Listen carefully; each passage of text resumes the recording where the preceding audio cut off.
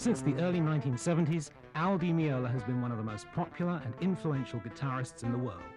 From his early years with Chick Corea, his historic performances with John McLaughlin and Paco de la Chia, to his current exploits with his groups Al Di Meola Project and World Sinfonia, Al Di Meola continues to be an innovative leader in acoustic and electric jazz fusion guitar.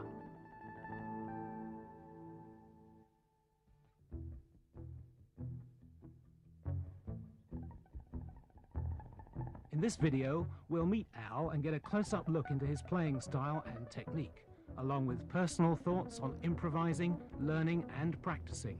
We'll also see Al perform many of his fine compositions. Some, which have been double-tracked, feature Al playing both the rhythm and lead parts.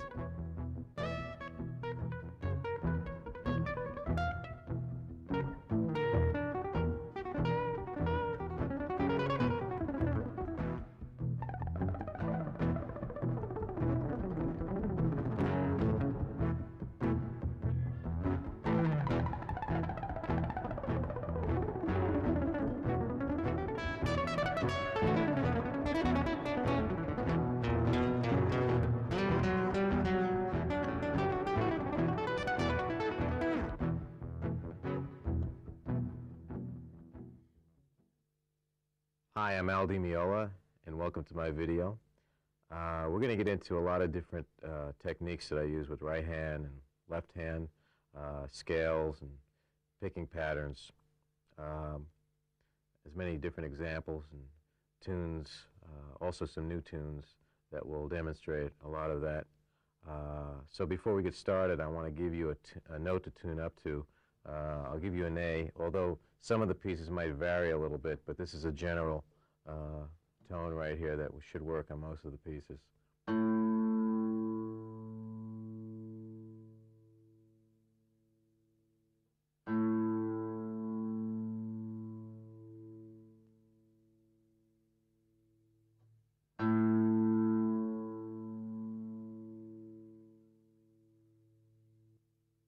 I started playing guitar in where I grew up in New Jersey, in my hometown.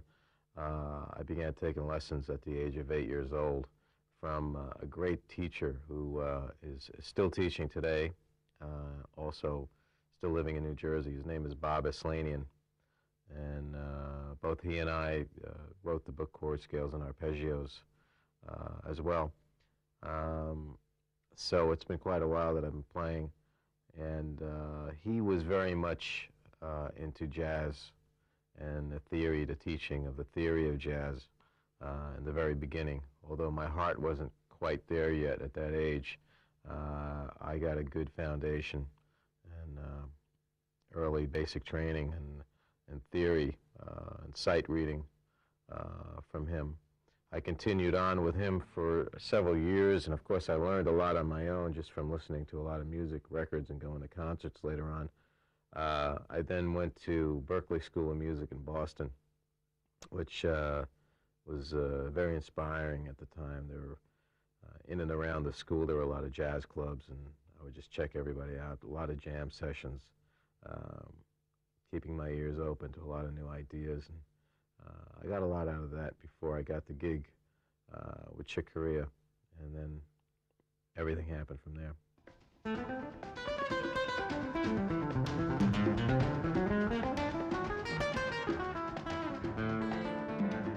In this section, Al demonstrates improvising over chord changes, beginning with a basic diatonic progression, followed by his approach to soloing over dominant, seventh, and diminished chords.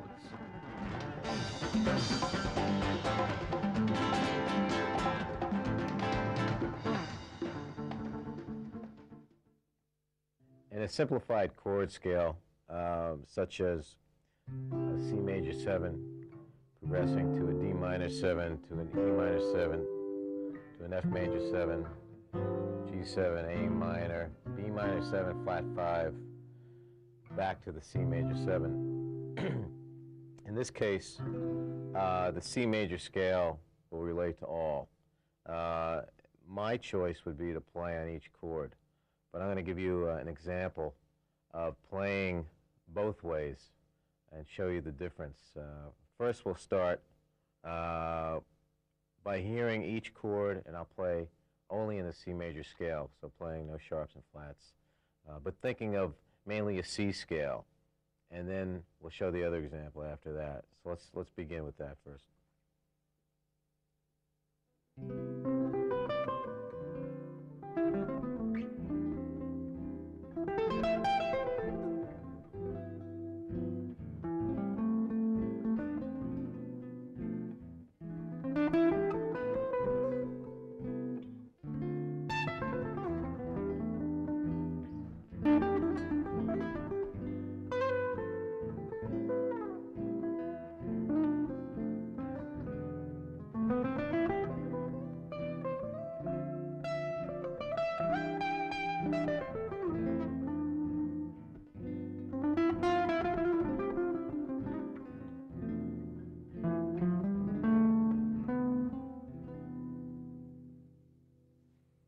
So that's basically using, or just me thinking mostly of a C major scale.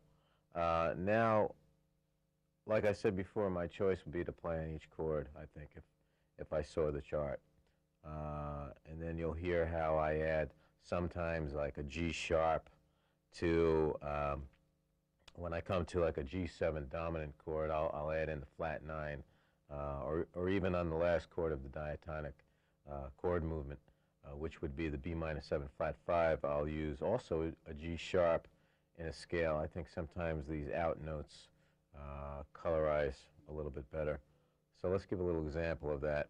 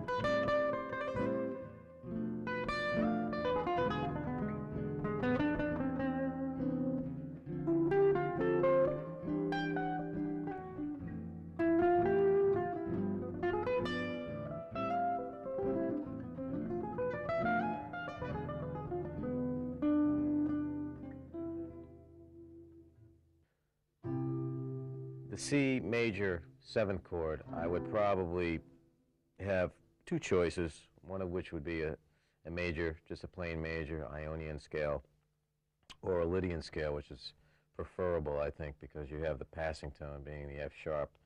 So more often when you see a major 7 chord, I think a Lydian scale may work, depending on the melody. And then the D minor scale is basically that, minor scale, which everybody seems to. I would use scales where I don't so much think of modes, although we can use that as a basis, but primarily I like to target the 3rd or the 7th, or at least the important intervals in the chord. At least finish a phrase on an important note rather than a 6th or a 4th.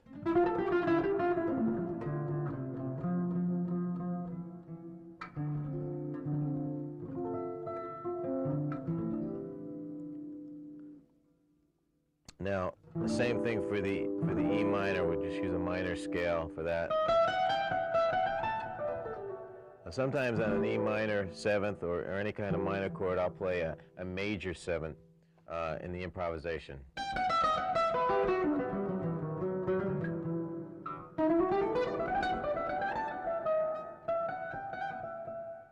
You'll probably hear me playing a lot in my improvised solos, major 7 to a minor chord, or sometimes even a flat 2nd.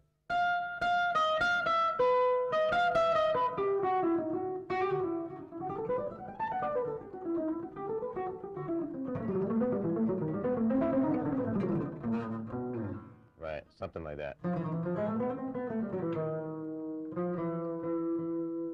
I like these inharmonic sounds.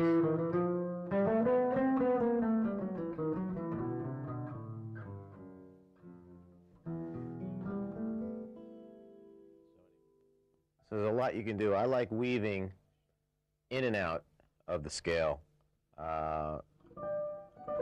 sometimes going out of the harmony.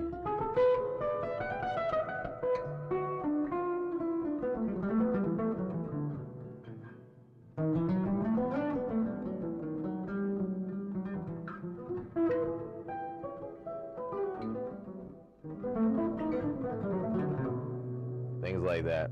There's small little examples of that kind of thing. So if we, again, we're up to an F major 7th chord, which I think we can use that Lydian scale again, which is an option.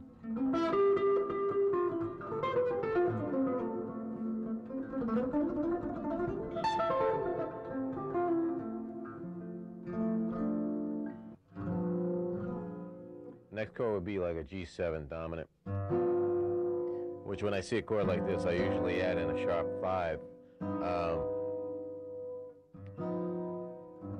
And I would probably use a whole tone scale there, or a scale similar to this.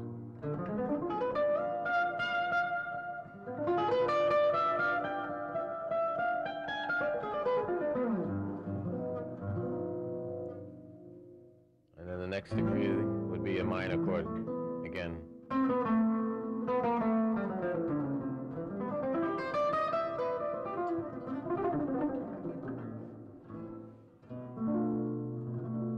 And usually a minor 7/5/5, we could think of Locrian. I mean, I don't think of modes that much, but this basically what you want to do is start with that and then spin off and create your own thing. And then, of course, you can go outside the chord scale a little bit, chord structure, which I like to try. Let's try it again this time, and I'm going to play some chromatics within this.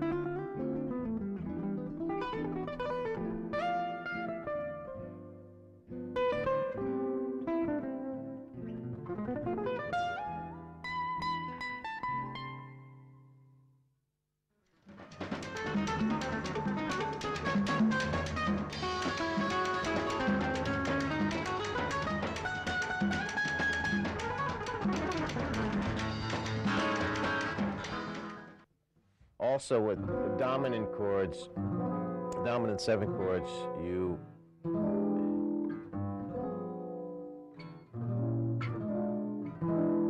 have diminished chords that relate to the same chord. So we have a 7th, a G7, you also have a D diminished. Okay, and you could play diminished lines, or you could play dominant lines or whole tone scales, depending on if you have a flat 9 in the chord or a sharp 5. As in this example, I'm going to play a run that is sort of a diminished kind of run that works over both the dominant 7th and a D diminished. Here it is. Here's the same line played very slow.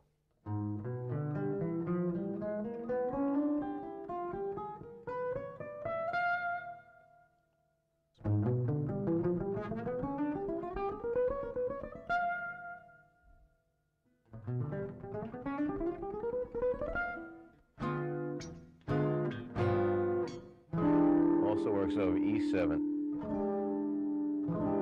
with a sharp 9, or just E7, or with a flat 9. It's your choice. Same with all of these chords relate going up or down a minor third. So there is a definite relationship between diminished chords and seventh chords. Here's another example of a line that could be used over diminished or a seventh chord. In this instance, let's take a G diminished 7.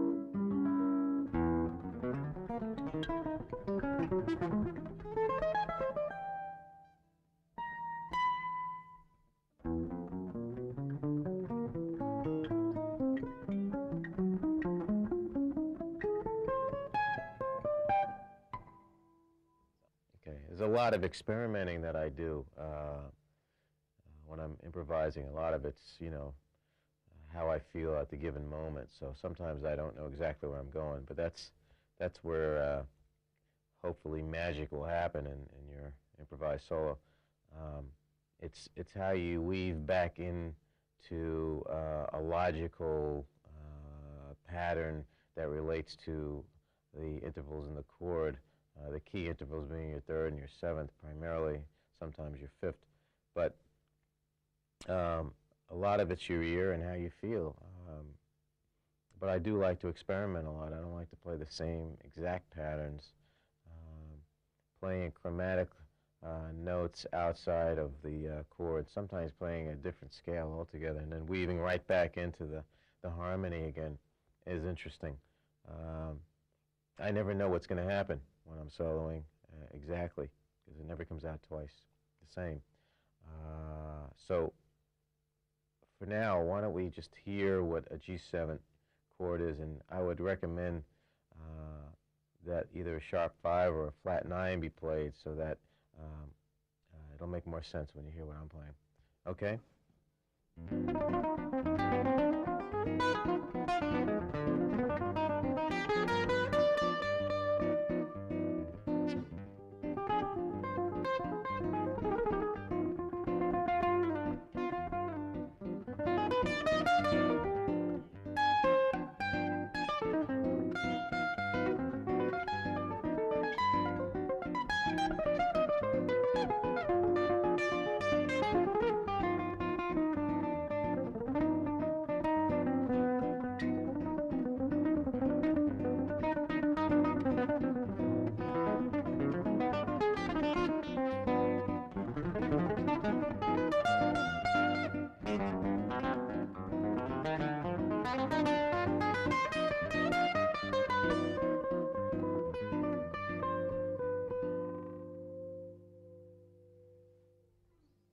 So that's a little bit on the G7. And then depending on the rhythmic variation that's happening with your rhythm section, whatever they're providing, that's going to determine where you're going to go.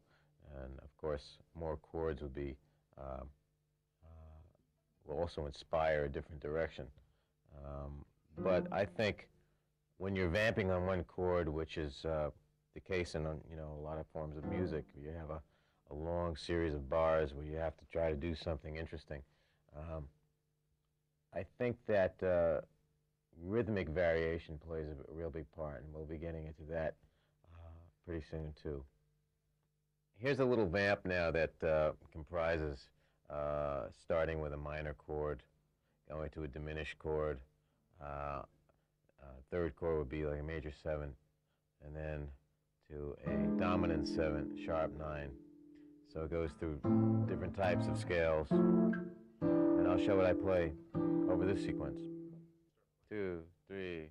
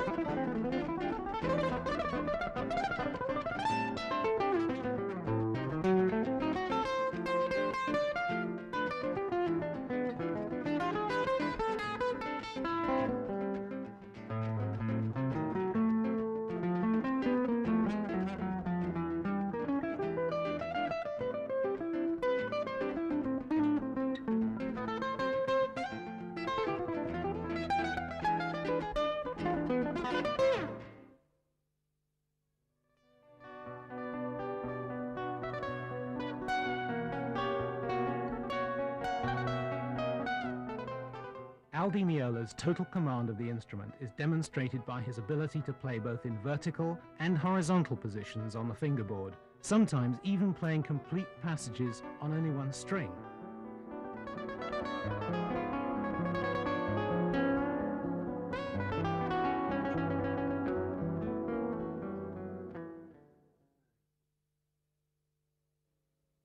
This is an example of how I would try to break the habit of playing in positions. And this is just an exercise of playing on one string at a time. So if I were to pick, say, like a G minor chord right now, I would play on the E string as melodically as I could in a G minor scale to learn the whole neck. Get used to playing the whole neck. It sort of gets you out of the habit of playing in positions. So let's try a little bit like that.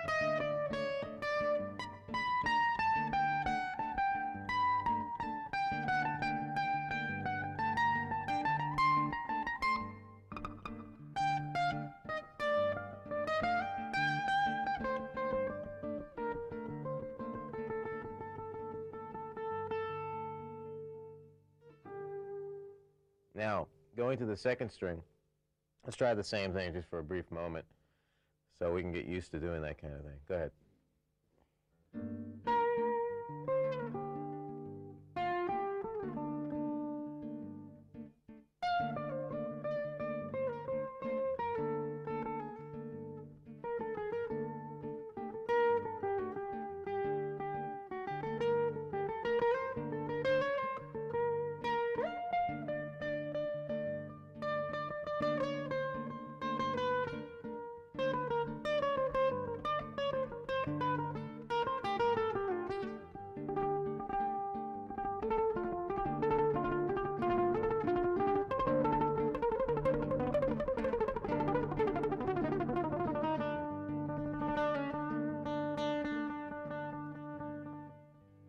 Anyway, there's a lot that you can do even on one string, and hopefully when you practice something like that, it'll get you out of the habit of playing in positions. It's really a good idea to learn scale intervals in relation to chords so that when you're soloing, you can target certain key points like a third or a seventh primarily, and not just guess where you're going. So when I'm thinking of, say, the G minor chord, for instance, I actually look at the fretboard, and I pretty much know where all of my Fs are and where all my B flats are. So I'm targeting them at some times within the solo. So I think that's a real important thing.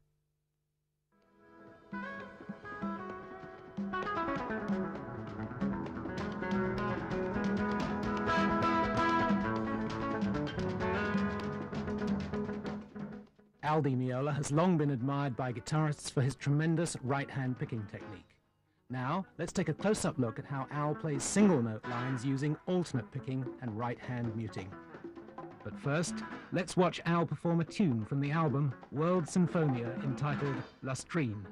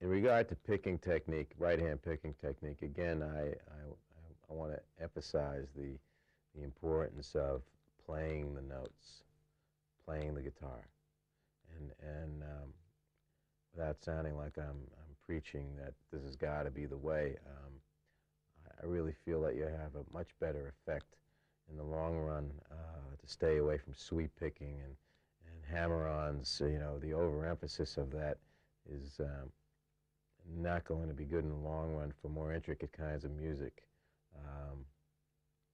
So I would just, you know, try to develop the right hand as much as possible and avoid the shortcuts. And I really feel that sweep picking and hammer-ons are a shortcut and less effective in the long run. So hopefully in this video there'll be enough of demonstrations of how you can develop the right hand to free you up and play some more intricate music as you progress on the instrument.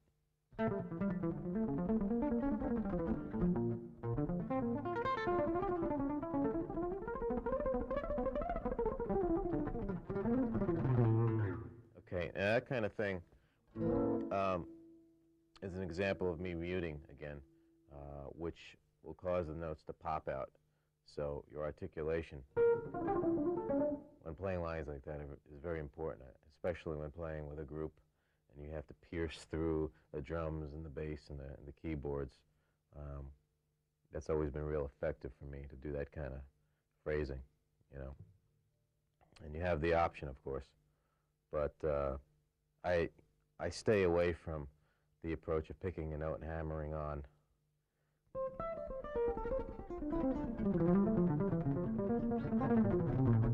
I prefer to pick notes.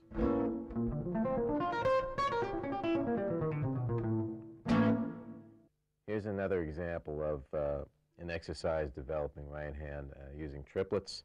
And again, we'll take the triplets down in tempo, so we'll lower the quarter note as much as possible, and then I'm going to speed up the quarter note and maybe come back down again. And the thing to achieve here is evenness.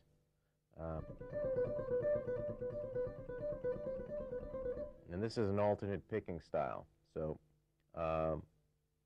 we have to get used to doing that kind of thing.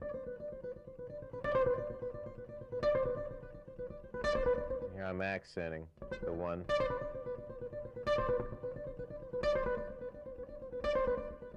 Now let me slow it down a little.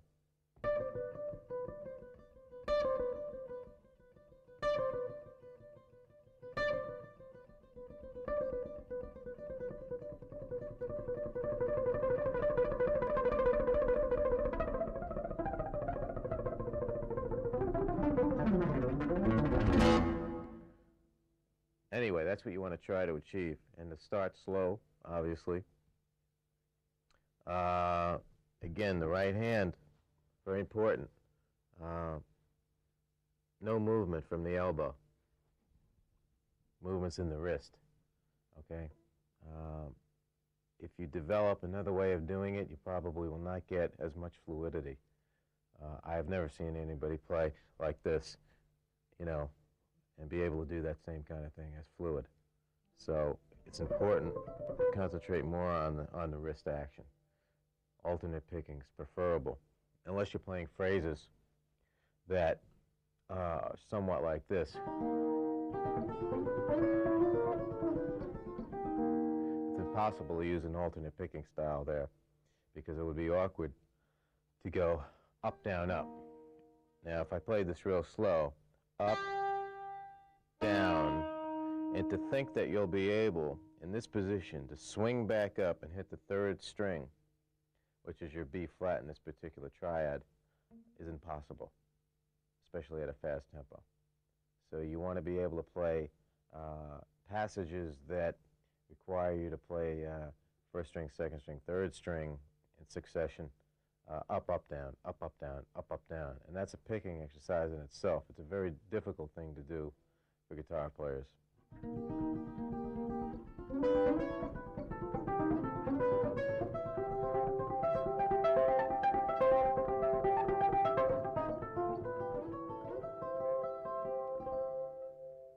Okay, now if we were to do the same thing, say, same triad, going down, starting from the third string this time, which is still starting on the B flat of the third string, D sharp, G, or in this case B flat, E flat, G rather.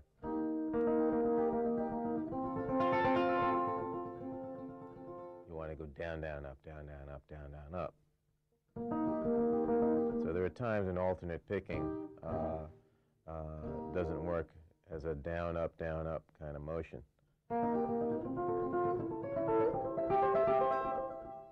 And as an example,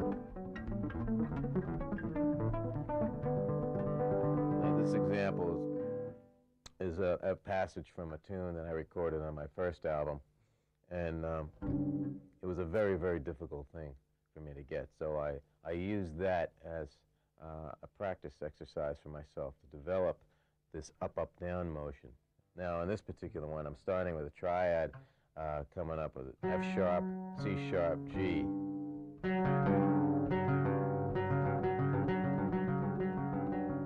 If you could just try this real slow, this is an exercise. Up, up, down, up, up, down, up, up, down.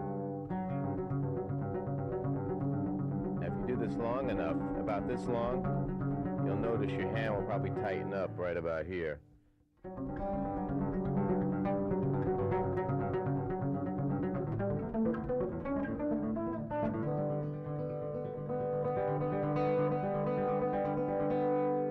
And again, the idea is to play it real evenly. There's another example from a tune called Passion, Grace, and Fire from an album, Electric Rendezvous. It's a duet that I play with Paco de Lucia.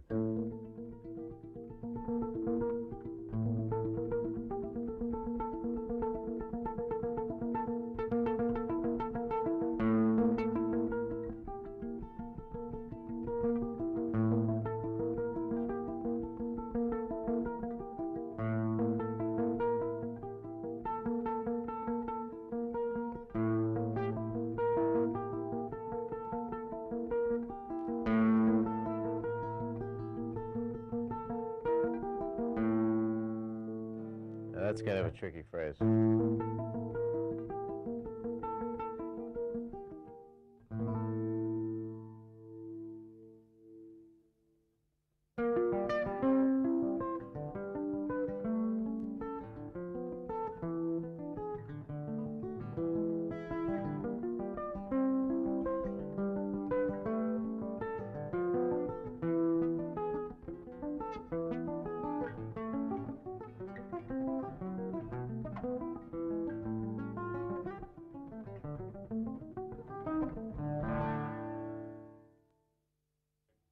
Here's an example of downstrokes on chords, all downstrokes.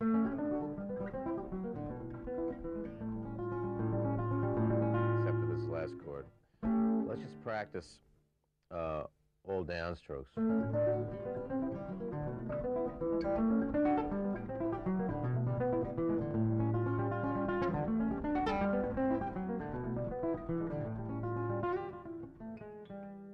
Now let's take it a lot slower so we can get it together.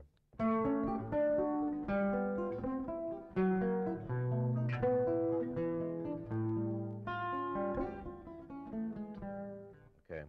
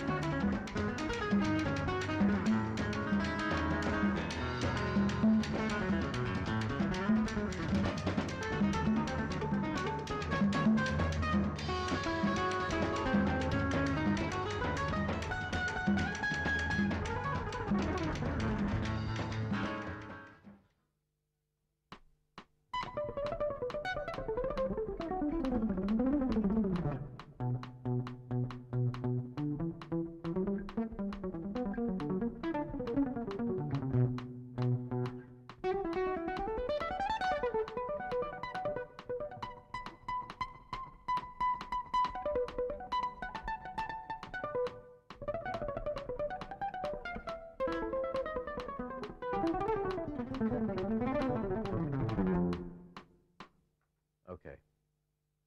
So you see how I'm relating to the time, and I'm playing against it a lot of the times. It's in Latin music, this is called playing against the clave being the time. And it's very important. A lot of it has to do with feel and everything. If you know whether or not you're able to feel the time and how you relate to the time. So.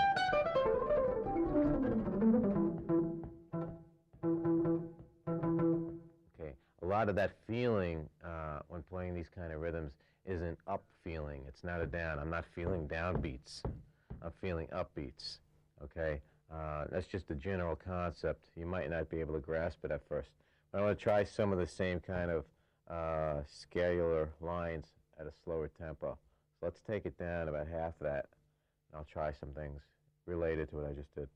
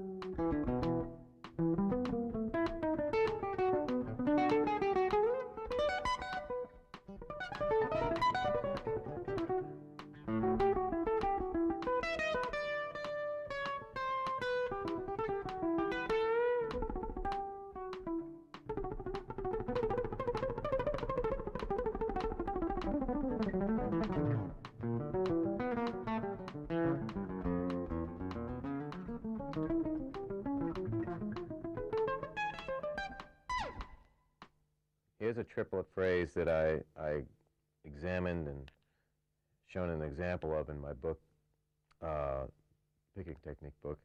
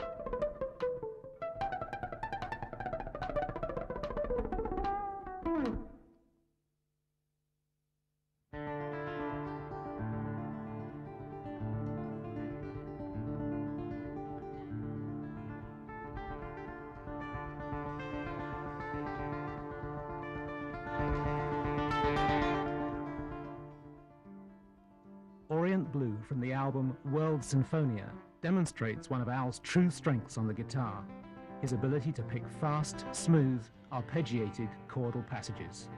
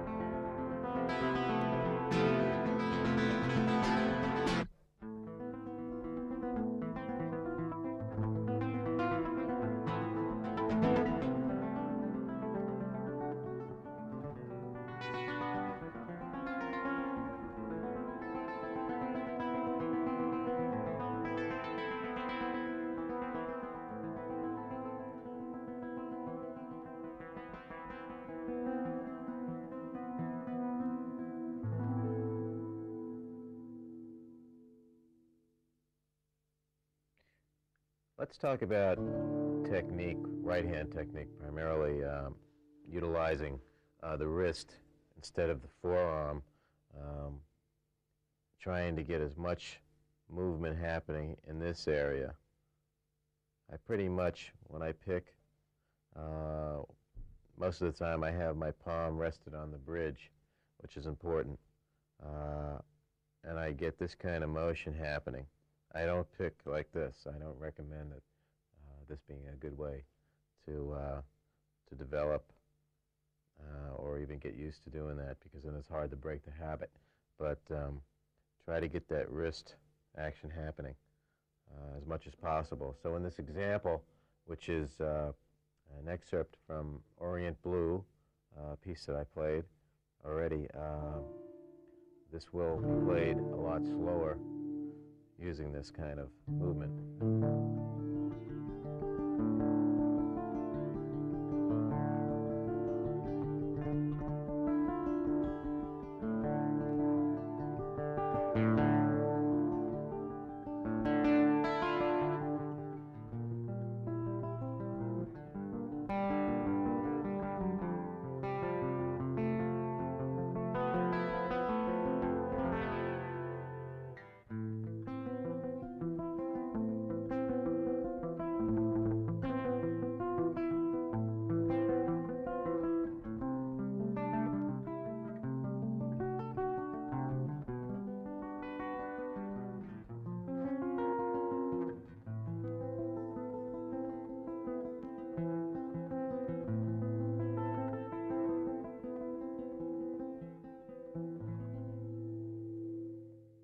There are times when I come off of the strings and I'll free float the hand.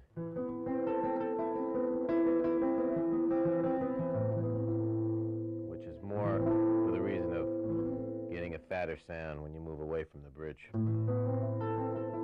But this is an exercise in itself.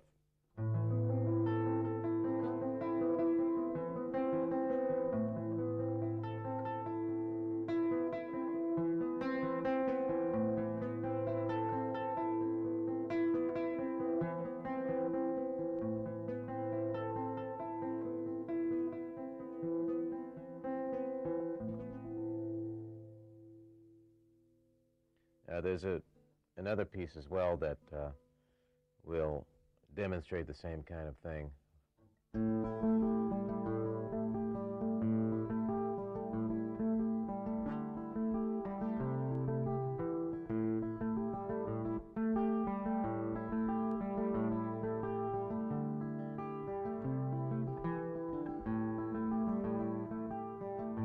This little exercise here, without even changing to the next chord, is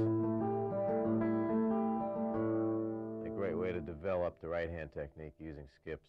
So going from the open A to the high E, downstroke, upstroke, down, up, down, up. See if we can get that happening.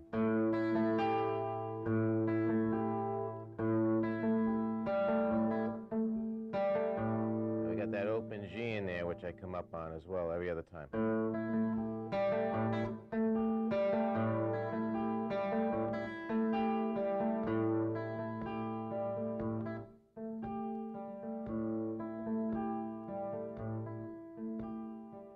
It's very important to know where your quarter note is at all times. So I've got the quarter note slowed down to this tempo.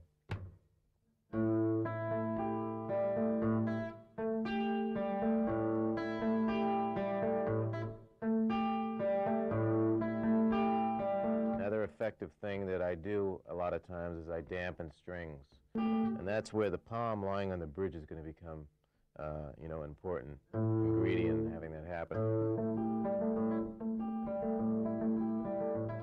Obviously, if I'm out here, it's difficult. And actually, I just realized by doing that, I could dampen by lowering my pinky onto the string. But this is more effective in having the notes pop out, which is important for articulation.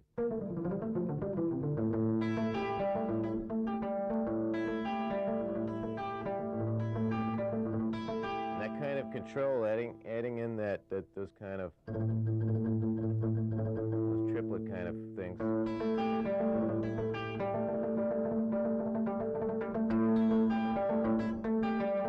Here's your quarter note right here. You have much more control by anchoring your palm on the bridge if you want to do those kind of rhythms.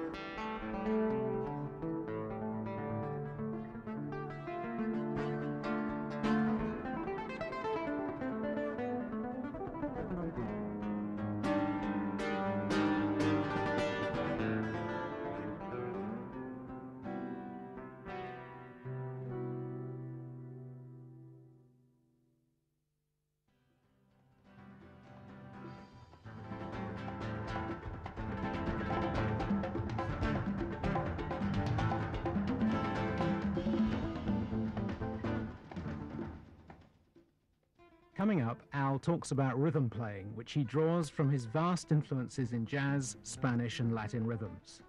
Let's first watch as Al fills both roles as a rhythm player and soloist in his composition, Cello e Terra.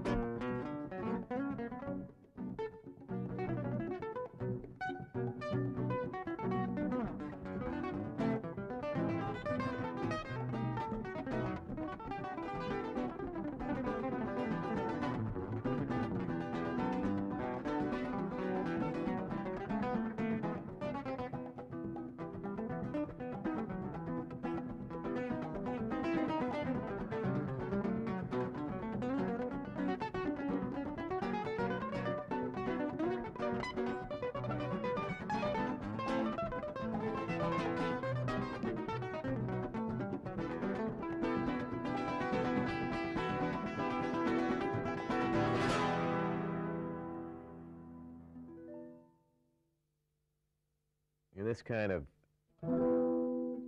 rhythm playing, it's important to point out what I'm doing here. I think a lot of times I use my upstrokes muted.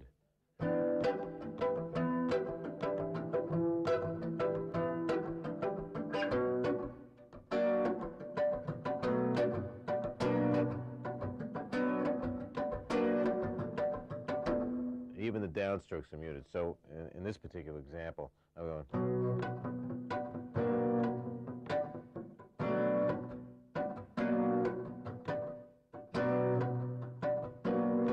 obviously the muting is not happening on the right hand, it's happening on the left. So you have to become accustomed to releasing the strings.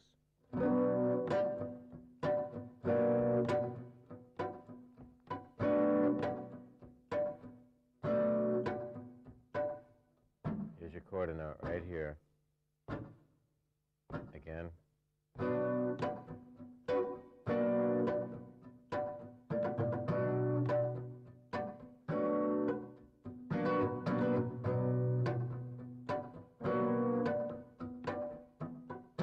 Of course, this hand has to get used to playing the rhythm. I'm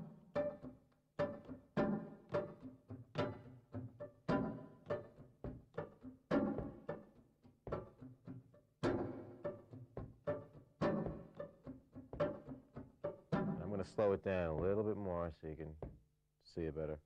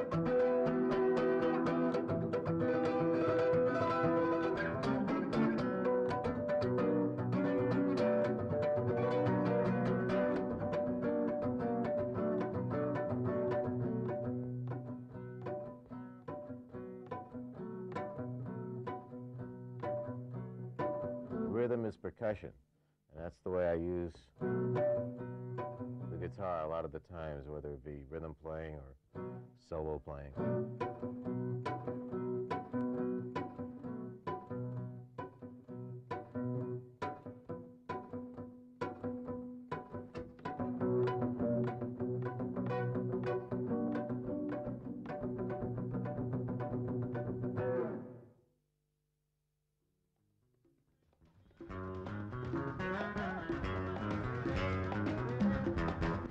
This is an example using double stops in a particular piece.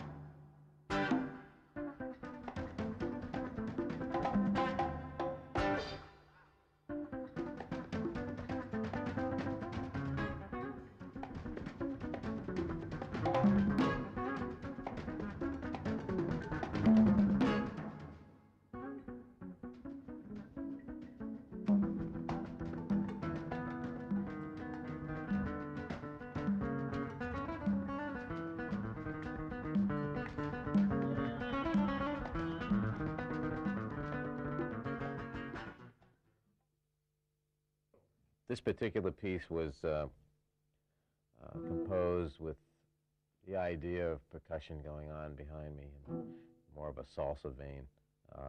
So that was the basic inspiration for the lick. But I think that it's a good exercise for left hand rather than right hand control, especially with the double stop.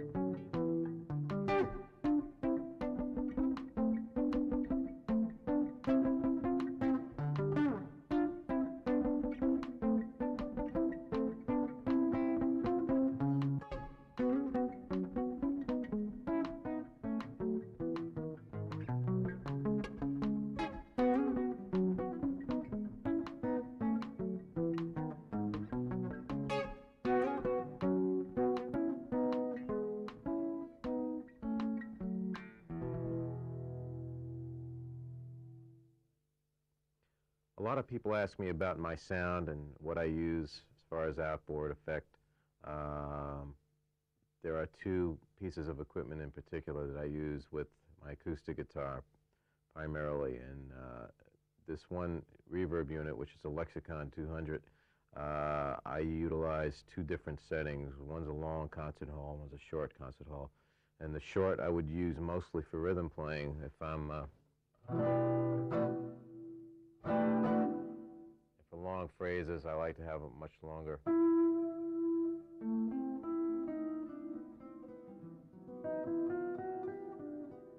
So anything that's played kind of slow, on the slow side, I will use a long delay. Anything that's played real quick, it's better to clean up the sound a little bit and go to the shorter reverb time. The other unit that I use is a stereo chorus, and this is a TC stereo chorus unit, and I utilize a certain setting here that works for me real well. So together, this is all I'll use with the acoustic guitar most of the time. With my electric equipment, when I'm playing electric, I've been using a Paul Reed Smith guitar. I have several of those models of guitars, some of which have DiMarzio pickups, some don't. And I have several different amplifiers. I've been using Boogie in the past and Marshall in the past. Depends on the type of music that I'm playing at the time. But I've been mostly using my old 1958 Gibson 175, which has been used through bag-end speakers, very good monitor system from a company in Illinois. And also the amplification for that, I've been using a Perot amp, which is made in New Zealand. And the same thing with that, I also used the Lexicon reverb with that particular setup, with the 175. And also the TC chorus works at times as well. In addition to my Ovation guitars, which I've been using for many, many years now, I have a custom classical guitar that I've been using and will be used on the new album as well. And this is made by Abe Wechter, who's a really good luthier in Michigan, who also makes guitars for John McLaughlin and a number of other guitarists on the scene. Before I say goodbye, I just want to also point out that a lot of the examples that I've used in this video are found, or other examples as well are found in two books in particular that I have out, Guide to Chord Scales and Arpeggios, and also the Picking Technique book, Volume 1. There will be a Volume 2 coming out. And some of the actual music is in a book called Cielo e Terra, from the album Cielo e Terra. But I want to thank you for watching. Take care.